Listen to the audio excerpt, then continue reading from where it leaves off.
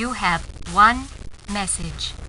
Hi, this is Lucy Bates. Listen, I want to cooperate in any way I can with this drunk driving thing, but I'm...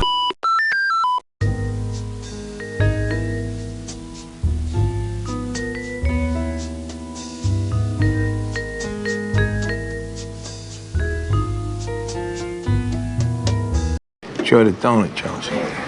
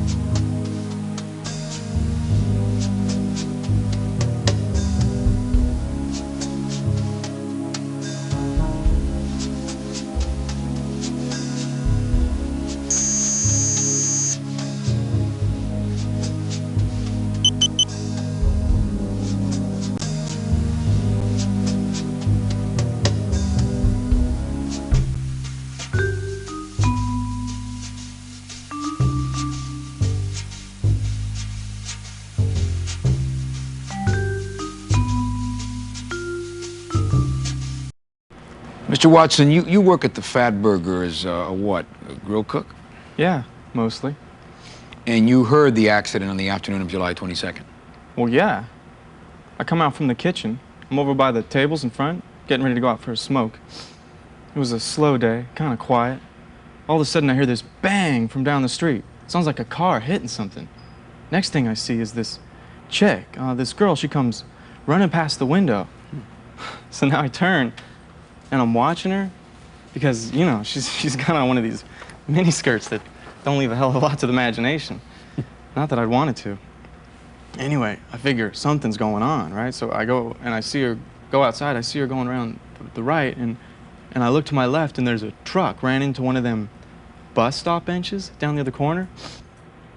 There's not too much damage, but I don't see nobody getting out of the truck either. And I can't really see inside it too good. So you went down for a closer look? No, hell no. I start putting two and two together, you know. Looks like a fender bender, but the girl's running away. And I don't see nobody else walking the streets. I start thinking, you know, drive-by, a sniper.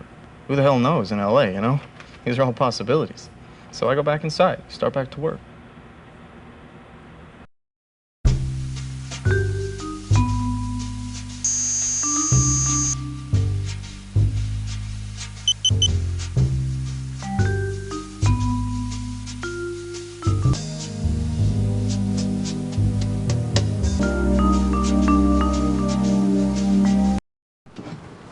I found those criminology textbooks you were. You have 5 messages. This is Larry from the garage. Hi, I'm a friend of Faisal Qadri's. I'd rather not give my name, but I've been trying to get him sober for... Hi, this is Cannon Stationery and Supply. Well, this is Sergeant Stafford down at the police station. I heard you were down here earlier. Just wanted to let you know I'm getting ready to pack up the... Counselor, this is Sergeant Stafford down here at the station. I'm not trying to tell you to do your job or nothing, but did you watch those witness interrogations?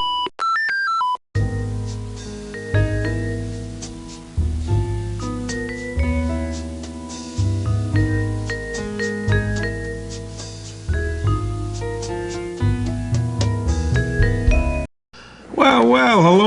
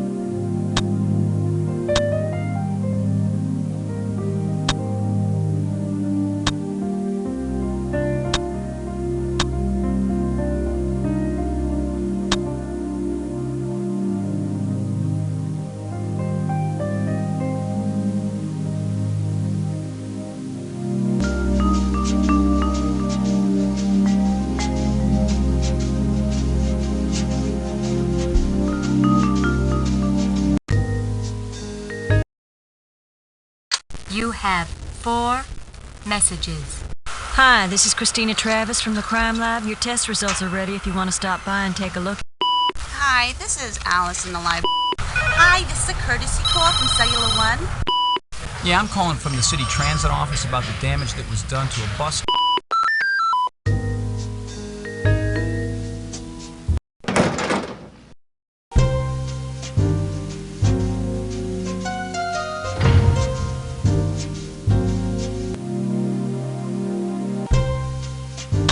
Chemical analysis is used to identify foreign fluids and materials found at a crime scene. Once identified, these can then be connected to their source. Compare the chemical distribution of this sampled substance, see if there's a match. You got it, counselor. The spatters on the coveralls is an oil-based paint. The primary component is beryllium.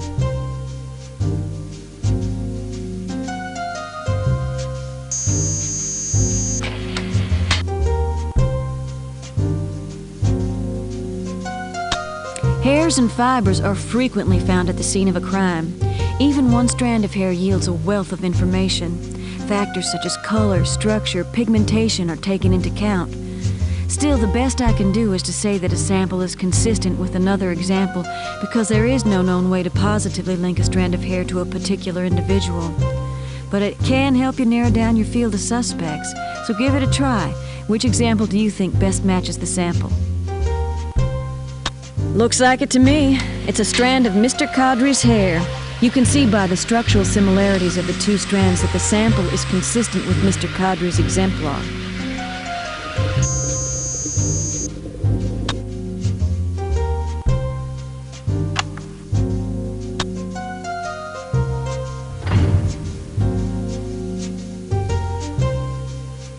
Unfortunately, you're right. That print was just too smudged to be able to make a legitimate match.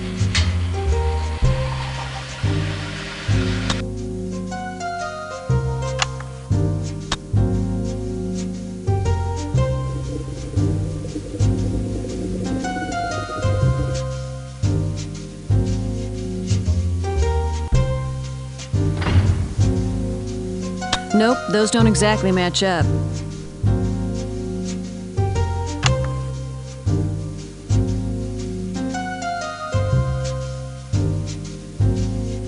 Good eye, counselor. The primary chemical property of the liquid in the eye drops bottle is saline, sodium, and water.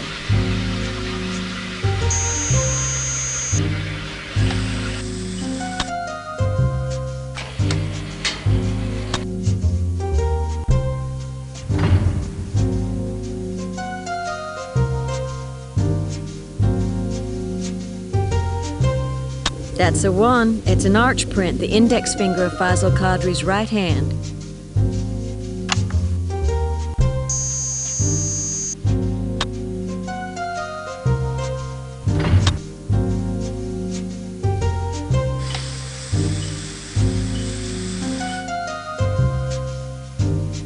Nope, try again. Nice work. The liquid in the water bottle is plain old H2O.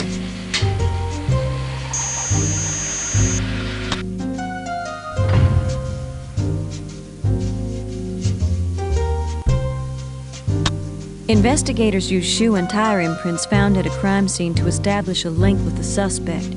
From a simple shoe print, an expert can determine the shoe's size, the design of the sole, including any random marks and scratches, and even the length of wear. Or, to find out if the shoe fits, experts can use the so-called Cinderella analysis, which enables them to study the interior marks of a shoe. Tire print analysis follows similar principles, focusing mostly on the position and activity of the vehicle. Have any ideas on this one? No, I don't think so.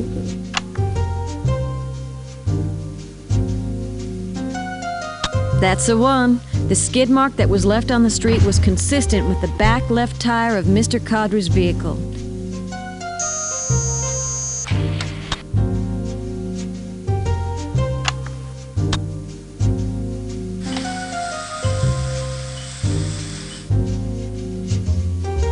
Very impressive. That's a whorl print, the thumb of Faisal Kadri's right hand.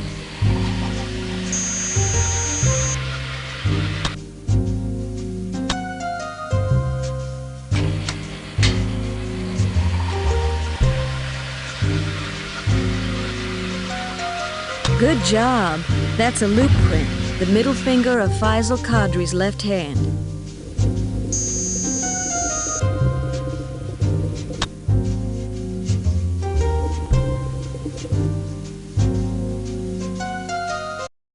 No time for that. Court is about to start. Good luck, counselor.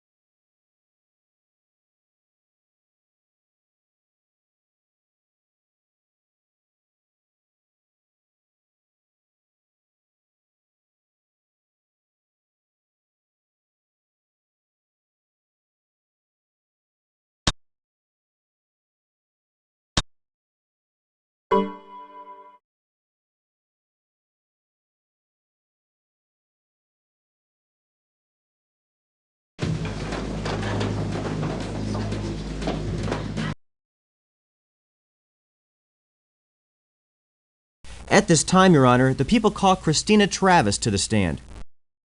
Please state your name and qualifications for the record. Yes, my name is Christina Travis. I'm a criminalist for the LA County Police Department. I have specific training in the collection and analysis of evidence relating to driving under the influence. I will stipulate to Ms. Travis's expertise in those fields, Your Honor. You may proceed.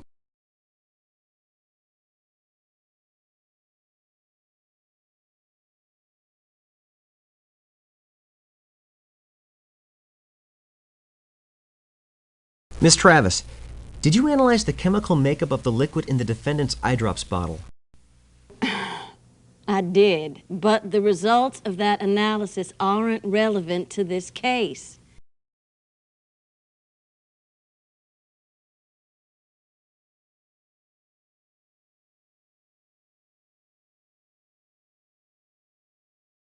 Miss Travis, did you do a fingerprint analysis on the defendant's eye drops bottle? I did, but the results have no evidentiary value.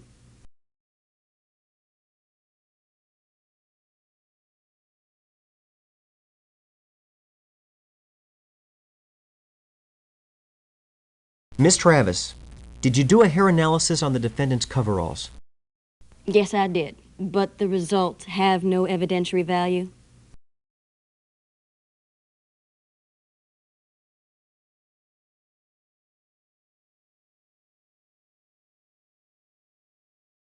What is the likelihood of a driver on a public street in Los Angeles being intoxicated on a Saturday afternoon? Objection. The question has no relevance. Objection sustained.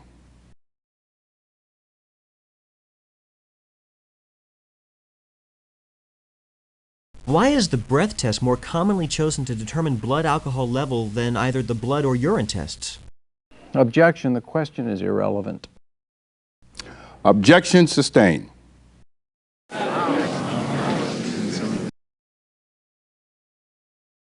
Would you please tell the court how the intoximeter device is used to determine a person's blood alcohol level? Yes. Well, anyone operating a vehicle who is suspected of being under the influence can be stopped and asked to take a blood alcohol level test. They have a choice of 3, breath, blood, or urine. For the breath test, the subject is asked to blow into a tube which is connected to an intoximeter device, and that is used to determine blood alcohol levels through gas chromatography.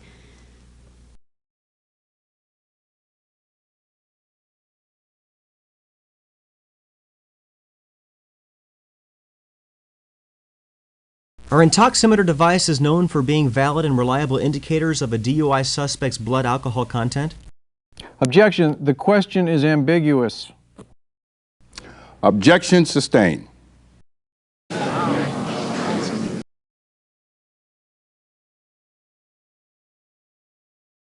Isn't it true that the records show that the intoximeter device in question had been tested regularly and shown to be in perfect working condition on July 22nd? Your Honor, the counselor is leading the witness. Objection sustained. Please rephrase the question. You're pushing it, counselor. Can you tell the court about the recent history of the particular device which was used to test Mr. Kadri's breath sample on July 22nd? Yes, the devices are tested every 2 weeks with a breath sample of known alcohol content and then calibrated accordingly to ensure accuracy. If a machine doesn't read accordingly, then it is adjusted until it does. No more questions, Your Honor. Mr. Blaine? I have no questions at this time, Your Honor. You may step down.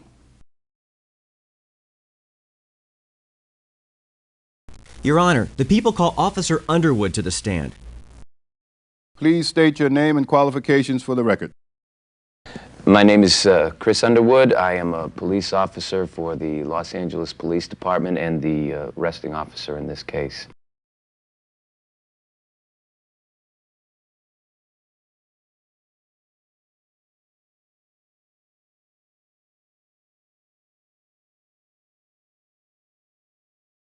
Please tell the court everything that happened on the afternoon of July 22nd. Objection. Calls for a narrative. Objection sustained. Please describe the incriminating evidence you found at the accident scene on July 22nd. Objection. Your Honor, the counselor is assuming facts, not an evidence. Objection sustained. Please rephrase the question.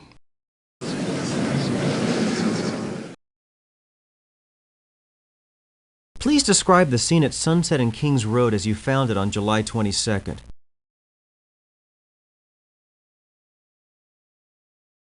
Well, when I arrived, I observed a white Dodge pickup stopped against a bus stop bench, and the driver, Faisal Qadri, was slumped over the wheel.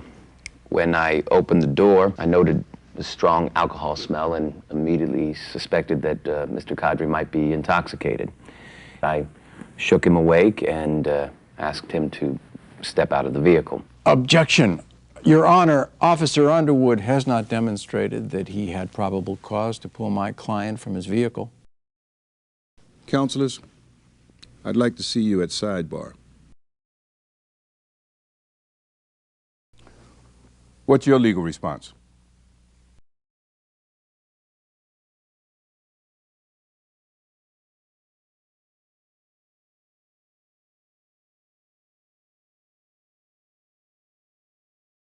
According to People v. Pearsall, if a person is asleep in his vehicle on a public street, an officer has the authority to ask him to step out of the car to find out why.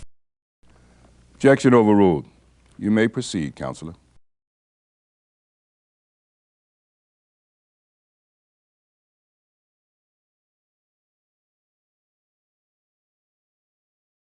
Was the bump on Mr. Qadri's forehead a direct result of the accident? Objection. Your Honor, calls for speculation. Objection sustained. Please rephrase the question.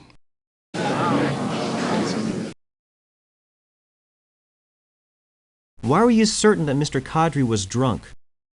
Objection. Calls for a conclusion. Objection sustained.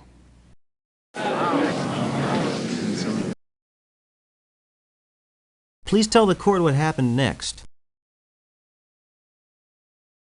Mr. Kadri got out of the vehicle and stepped up to the curb, but I noticed he was kind of shaky on his feet. Plus, he appeared to be confused. His speech was thick and slurred, his eyes were bloodshot, and his breath smelled as if he had been drinking an alcoholic beverage. Combination of these symptoms indicated to me that the subject was definitely inebriated. I administered the field sobriety test, which Mr. Kadri performed unsatisfactorily, and then arrested him for driving under the influence.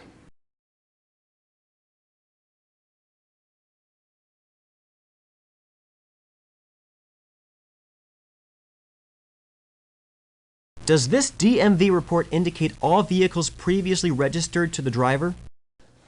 Objection irrelevant. Objection sustained.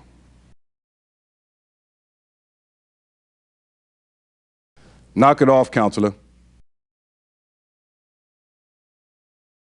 Is this DMV report indicative of the driver's behavior? Objection vague. Objection sustained. Please rephrase the question.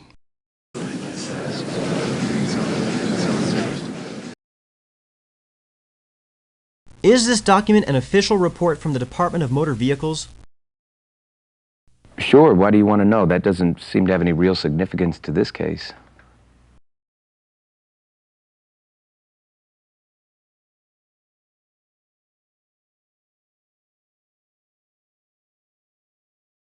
Can you tell me about this ice chest? Sure, why do you want to know? That doesn't seem to have any real significance to this case.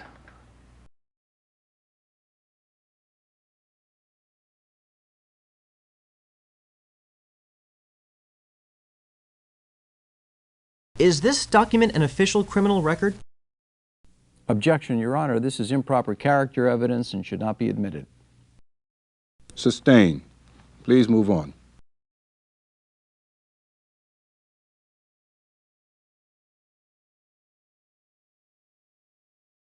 Did you take this photograph of the skid mark at the accident scene? Yes, but I don't see what that has to do with this case.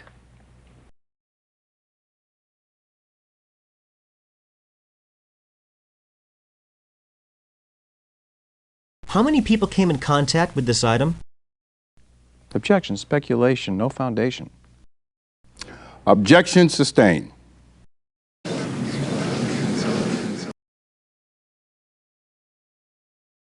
Can you tell me about this wine bottle?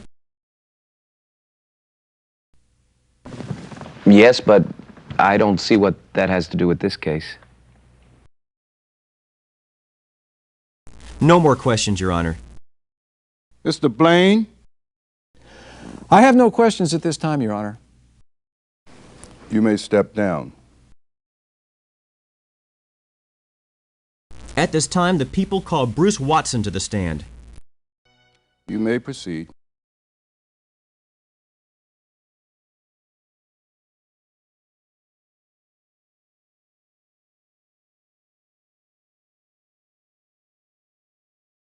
Did you witness the July 22nd accident on Sunset Boulevard?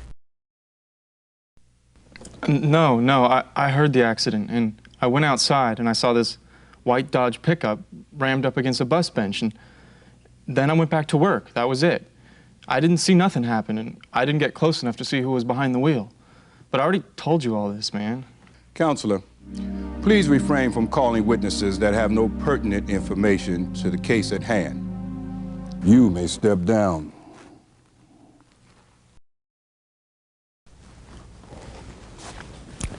Desperate for witnesses, Counselor?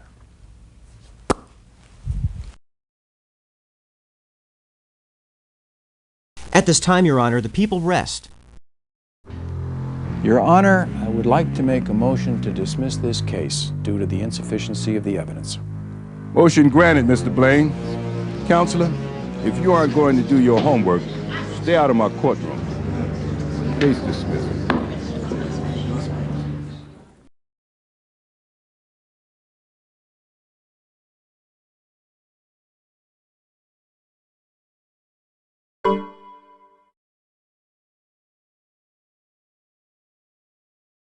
Oh, don't worry about losing that case. So you lost one. Big deal, you know? You didn't expect to retire undefeated, did you? Listen, kid, we can't dwell on what might have been. Sometimes this happens when you have a weak case. All you can do is climb back on the horse that threw you.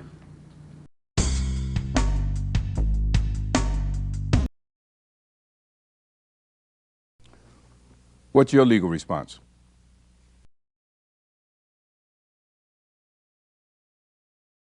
Your Honor, according to Carroll v. United States, a warrantless search of a car is permitted under certain circumstances. Motion granted. Counselor, I'd hit the books tonight if I were you. Case dismissed.